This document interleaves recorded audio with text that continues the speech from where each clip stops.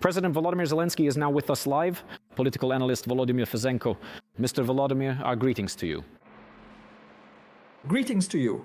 Good evening. We want to start precisely with our cooperation with the United States regarding the agreements that already exist and the points of the agreements that have been strengthened. I actually just quoted the president. Today, both Umerov and Natov reported to him. Can you clarify, are we now talking about working drafts of agreements, specifically those that provide for security guarantees and recovery? Is this after peace is achieved, or does it also refer to an agreement that in theory should also concern the Russian Federation, but with which one? Are we not in direct contact right now, but instead communicating with the Americans? As far as can be understood from the context, from the statements made by the President of Ukraine, Umerov's comments, particularly during his stay in the US and upon his return, when he also made official remarks, as well as from what appears in publications in the media, especially Western and primarily American outlets. It seems that there are documents we are working on, and this is where the greatest progress has been made. And as President of Ukraine Volodymyr Zelensky said today, there are even draft versions of these documents. This concerns security guarantees for Ukraine. It is about the post-war period, first and foremost, of course, because we are talking about such security guarantees that would make it impossible or at least minimize the risk of a new war by Russia against Ukraine. First and foremost, this is about maintaining a strong Ukrainian army, about weapons and deterrence. As for the US, it is about having guarantees specifically from the United States, enshrined in a document ratified by the US Congress. The status of this document, as I understand it, is still to be agreed upon, whether it will be an agreement or a treaty, because there are different statuses as well. I think it makes sense for us to fight for this to be a full-fledged international legal treaty ratified by the US Senate so that it carries the maximum legally binding weight.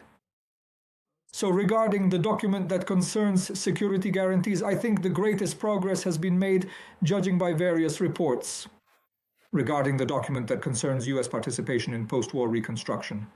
There is progress here as well, but how thoroughly it has been worked out, whether it is already a draft or more of a plan at this stage, is still unclear. For example, the US peace plan was not a treaty, but rather a set of proposals. It's the same with US participation in Ukraine's post-war reconstruction. Nevertheless, we are clearly making progress with the US. We are showing the Americans that we are capable of reaching agreements. Both sides are committed to negotiating. And various US officials, from Steve Witkoff to Marco Rubio, and even US Vice President J.D. Vance, confirm that there is tangible progress. But when it comes to negotiations specifically about the terms for ending the war, one way or another, this has to be coordinated. This requires negotiations with Russia. And here, unfortunately, the problems are practically the same. We hear statements from Moscow about what they don't like. They don't even, probably don't have the texts yet, because Dmitriev was only supposed to return to Moscow, as I understand it. Roughly, he and Umerov left after the negotiations in the US were over. I think that only either last night or today Dmitriev could have returned to Moscow. Accordingly, the statements made by Ushakov, Putin's aide, and other Kremlin officials already contained a critical assessment in advance. And this indicates that Moscow is not very inclined to agree to end the war right now. And this is the main problem. And that is why the President of Ukraine speaks about the need to put pressure on Russia. Without pressure on Russia, it is unlikely that the Kremlin will simply agree to end this war. And will the United States apply pressure, given all their previous actions and the limited list of sanctions they have imposed over the past year? Here, unfortunately, we cannot give a definite answer as to whether they will or will not. When it comes to Trump, no. This is something you can't be sure of in advance. For a long time. Trump's position can change, as we have seen repeatedly during the first 11 months of his presidency. It was precisely during those days, the 11 months of his presidency, that negotiations to end the war between Russia and Ukraine had already been ongoing for more than 10 months. Then we saw how Trump's position could change. There were signs of pressure. Sanctions against Rosneft and Lukoil, in fact, had a rather noticeable effect. And in Russia, they felt it, and the consequences were negative. They exist. But in my opinion, it's not just about the sanctions. Sanctions are necessary too. Let me say this. In the US, in fact, the Trump administration has proposals regarding sanctions. But the supply of weapons. When, in October, Trump himself and other members of his administration raised the issue of tomahawks, it had a noticeable impact on Putin. He got nervous. He started calling Trump.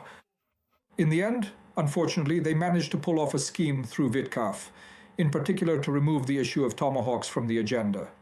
But I think that bringing back the topic of long-range weapons for Ukraine would be a very effective tool of pressure.